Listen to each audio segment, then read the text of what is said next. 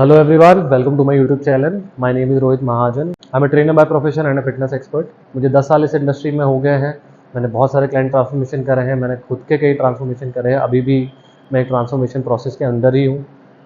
तो ये YouTube channel बनाने का जो मेरा मकसद है वो यही है कि एज ए बिगनर जब आप एक जिम ज्वाइन करते हैं तो जो गलतियाँ मैंने करी या जो गलतियाँ मैंने लोगों को करते हुए देखा है वो सारी गलतियाँ आप लोग ना करें. अगर आप इस चैनल पर नए हैं तो इसको अभी सब्सक्राइब कर लें और बेल आइकन को टैप कर लें, क्योंकि आगे बहुत सारे इन्फॉर्मेटिव वीडियोस आने वाले हैं बिगनर्स के लिए. चाहे आप वेट लॉस के लिए जिम ज्वाइन कर रहे हैं या आप वेट गेन के लिए जिम ज्वाइन कर रहे हैं, आपको हर वो टिप जो आपके फिटनेस गोल को अचीव करने के लिए रिक्वायर्ड है वो सब आपको इस चैनल पर मिलने वाला है. वो डाइट से रिलेटेड हो, आपके वर्कआउट से रिलेटेड हो, आपके लाइफस्टाइल से रिलेटेड हो, हर चीज़ हम इस यूट्यूब चैनल पर डिस्कस करने वाले हैं. तो आज इस शॉर्ट इंट्रो में हम बात करेंगे 4 ऐसी चीज़ों के बारे में जो कि आपको अवॉइड करनी है एज ए बिगनर जब कि आप वेट गेन करना चाहते हैं. जब आपका जो गोल है वो वेट गेन है तो उससे रिलेटेड 4 ऐसी क्या चीज़ें हैं जो आपको अवॉइड करनी है, उसमें हम बात करेंगे. पहली चीज़ पे आते हैं ईगो लिफ्टिंग. जब भी आप जिम में जाएंगे तो आप देखेंगे एज ए बिगनर कि जो जिम के बड़े लड़के हैं जिनकी अच्छी बॉडी है, आप उनको देखेंगे कि वो अच्छा हैवी लिफ्ट कर रहे हैं, तो आप कोशिश करेंगे उनका वर्कआउट कॉपी करने का, जो कि हर कोई करता है, मैंने भी करा था. तो जब आप जिम जाएँ तो अपना ये प्रैक्टिस कभी ना बनाएं कि ये भैया जो कर रहे हैं मुझे ये करना है या वो जो ट्रेनर कर रहा है मुझे करना है. आपको अपने बेसिक से स्टार्ट करना है. आपको अपने बेसिक सबसे पहले कंप्लीट करना है. अब बेसिक के अंदर हम बात करें तो बेसिक कौन सी एक्सरसाइजेज हैं जिन पे आपको काम करना है. सबसे पहली एक्सरसाइज है आपका स्क्वाट. बहुत इंपॉर्टेंट एक्सरसाइज है आपके लेग के ओवरऑल डेवलपमेंट के लिए. बहुत इंपॉर्टेंट है कि आपके स्क्वाट अच्छे से लगते हैं. स्क्वाट हो गया. आपके स्क्वाट के बाद में आ गया आपका डेडलिफ्ट. आपको डेडलिफ्ट का पॉस्चर सीखना है, यूट्यूब पे देख के सीख सकते हैं. मैं इस चैनल पे भी, अगर आप लोग इंसिस्ट करेंगे तो मैं चैनल पे भी डाल दूँगा क्या प्रॉपर टेक्निक है डेडलिफ्ट को परफॉर्म करने की.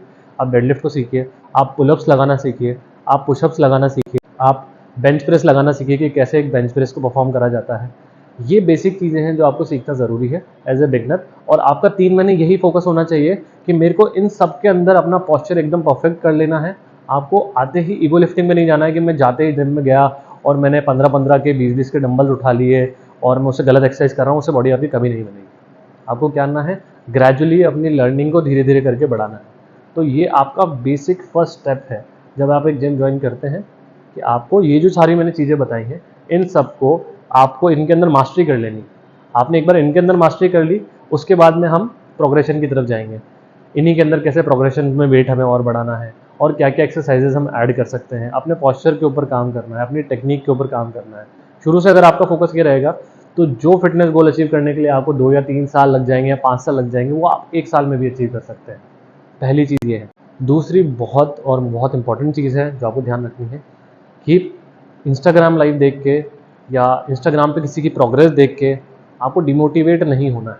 सबका बॉडी टाइप अलग अलग है, सबका हार्मोनल बिल्ड बहुत अलग अलग है, सबकी बॉडी अलग तरह से वर्क कर रही है और कई बार वो चीज़ें सच भी नहीं है जो आपको सोशल मीडिया पे दिखाई जा रही है. तो आपको ये ध्यान रखना है कि मेरा जो प्रोसेस है या मेरा जो प्रोग्रेस है उसको आपको ट्रैक रखना है. कोई और क्या कर रहा है उससे आपको इन्फ्लुएंस नहीं होना है. आपको दिख रहा है कि नहीं यार, ये कई बार ऐसी मैंने बहुत सारे ऐसे वीडियोस देखे हैं जिसमें दिख रहा होता है कि एक ट्रेनर बहुत अजीबोगरीब तरीके से कोई एक्सरसाइज परफॉर्म कर रहा होता है और आपको लगता है कि शायद इस तरीके से परफॉर्म कर रहा है इसलिए उसकी बॉडी ऐसी. नहीं, वो सिर्फ आपसे एंगेजमेंट चाहता है. वो चाहता है कि आप वहाँ पे रुक के देखो कि यार अगर ये जो भैया बाइसेप कर्ल लगा रहे हैं इसको अगर ऐसे तिरछा लेट के इस एंगल में करके मैं लगा लूँगा तो शायद मेरा बाइसेप इनके जैसा हो जाएगा. ऐसा नहीं होगा. आपको पहले सीखना ज़रूरी है कि एक बाइसेप कर्ल को परफॉर्म कैसे करना है, उसका सही पॉस्चर क्या है. उसमें फिर आपको प्रोग्रेशन लेके आना है, वेट बढ़ाने हैं, उसको अच्छे वॉल्यूम पे ट्रेन करना है. तो वो इंपॉर्टेंट है. किसी से इन्फ्लुएंस नहीं होना है हमें. हमारी लर्निंग हमें हम तक रखनी है. आपको एक्चुअल रिजल्ट तभी आएंगे अगर आप किसी से इन्फ्लुएंस होकर अलग अलग चीज़ें करने पे ट्राई करोगे कि आज मैं ये कर लेता हूँ, फिर मैं नेक्स्ट डे बाइसेप का वो वेरिएशन कर लूँगा, बैक में मैं आज ये 5 एक्सरसाइज लगा लेता हूँ, फिर नेक्स्ट वीक में मैं ये 5 एक्सरसाइज लगा लूँगा, इसको इस तरह से परफॉर्म कर लूँगा. वो नहीं होगा. Stick to the plan. आप प्लान पे रहिए. आपने एक डेडलिफ्ट परफॉर्म करना है, आपको है कि मुझे इसमें परफेक्ट होना है. आपको लेट पुल डाउन परफॉर्म करना है, आपको उसमें परफेक्ट होना है. ग्रेजुअली उसमें वेट बढ़ाना है. ये टारगेट है कि जब तक ये मशीन का वेट खत्म नहीं हो जाएगा तब तक मुझे इसी को अच्छे से सीखना है. या मैं डेडलिफ्ट में अगर मैं स्टार्ट कर रहा हूँ, आपका स्टार्टिंग वेट अभी अगर आप 40 किलो से एक डेडलिफ्ट परफॉर्म कर रहे हैं तो आपका टारगेट होना चाहिए कि यार जब ये 40 किलो से लेकर मैं 140 तक नहीं चला जाऊँगा तब तक मैं और किसी वेरिएशन में जाऊँगा. मुझे इसी को परफेक्ट करना है. पहले मैं ये तो परफेक्ट करूँ, उसके बाद मैं और चीज़ें करूँगा. तो ये मेरा सेकंड टिप है आपके लिए.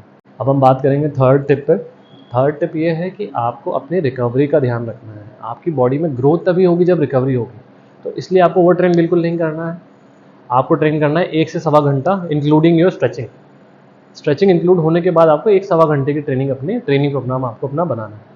और उसके बाद में आपको ध्यान रखना है कि आपका 8 घंटे का रेस्ट बहुत इंपॉर्टेंट है। आपको स्ट्रेस अपनी लाइफ से हटा देना है।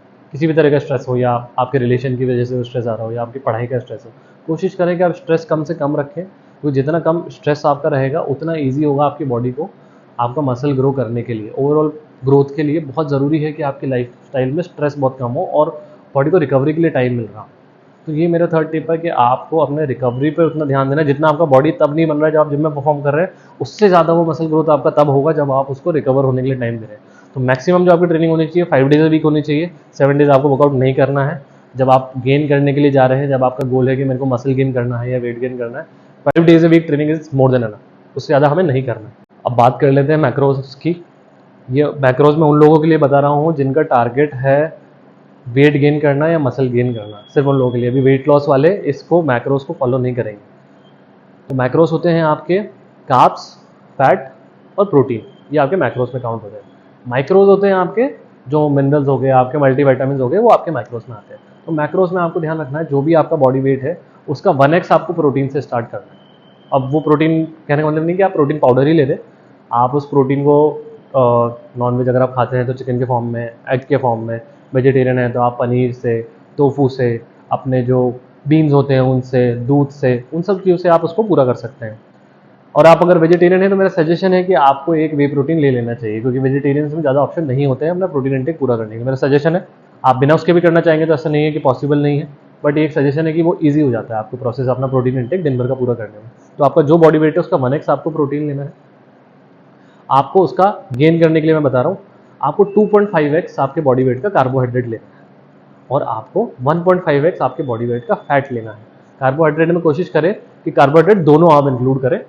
आपके उसमें LGI कार्ब्स भी होने चाहिए और HGI कार्ब्स भी होने चाहिए। LGI कार्ब्स होते हैं लो ग्लाइकोमिक इंडेक्स, जिनका जो ग्लाइसेमिक इंडेक्स है वो कम होता है। HGI कार्ब्स होते हैं जो आपके हाई ग्लाइसेमिक इंडेक्स कार्ब्स होते हैं, जैसे कि हाई ग्लाइसेमिक इंडेक्स कार्ब में जो आपके शुगरी कार्ब्स हैं, जैसे भी आप चॉकलेट खा रहे हैं वो हाई ग्लाइकेमिक इंडेक्स कार्ब्स है, आप बनाना खा रहे हैं वो हाई ग्लाइकेमिक इंडेक्स कार्ब्स है, और आप ब्रेड खा रहे हैं वो हाई ग्लाइकेमिक इंडेक्स कार्ब्स है। लो ग्लाइकेमिक इंडेक्स कार्ब्स में आते हैं जैसे आपका ओट्स हो गया, आपके स्वीट पोटैटोज हो गए, वो आपके लो ग्लाइकेमिक इंडेक्स में कार्ब्स आते हैं। तो आप कॉम्बिनेशन ऐसे बनाए जिसमें ये दोनों टाइप के कार्ब्स आपके उसमें इंक्लूडेड हो। हेल्दी फैट लें, जैसे घी हो गया, घी आप ले सकते हैं, कोकोनट ऑयल आप ले सकते हैं, राइस ब्रान ऑयल आप ले सकते हैं, नट्स आप ले सकते हैं। अपना जो फैट इंटेक है उसको पूरा करने के लिए आप ओमेगा ले सकते हैं, फ्लैक्स सीड्स ले सकते हैं। बहुत सारे ऑप्शन हैं जो आपका दिन भर का फैट इंटेक है उसको पूरा करने के लिए। तो ये जो 4 चीज़ें मैंने आपको बताई है तो आप कर सकते हैं एज ए बिगनर। ये आपको करनी ही है, मैं सजेस्ट करूँगा करनी ही है। अगर आप जिम ज्वाइन कर रहे हैं और आप चाहते हैं कि आपकी बॉडी में ग्रोथ हो तो ये 4 चीज़ें आपको करनी ही है। तो आज के इस वीडियो को यहीं पे वाइंड अप करते हैं। तो आज का हमारा वीडियो था, उसका पूरा कोर था कि एक बिगनर जो वेट गेन करना चाहता है या मसल गेन करना चाहता है उसको क्या क्या चीज़ें अपने रूटीन में करनी है और क्या क्या नहीं करनी है। ऐसे ही और इन्फॉर्मेटिव वीडियोस के साथ मैं आता रहूँगा और आप लोगों के साथ शेयर करता रहूँगा। अगर आपको ये वीडियो काम का लगा हो और लगा हो कि मैं कुछ आप तक अच्छी नॉलेज अपनी पहुँचा पाया हूँ तो प्लीज़ इसको सब्सक्राइब करें, अपने दोस्तों के साथ शेयर करें, ताकि मैं थोड़ा मुझे मोटिवेशन मिलेगा तो मैं और भी इससे रिलेटेड वीडियोज़ आगे बनाता रहूँगा। Thank you so much.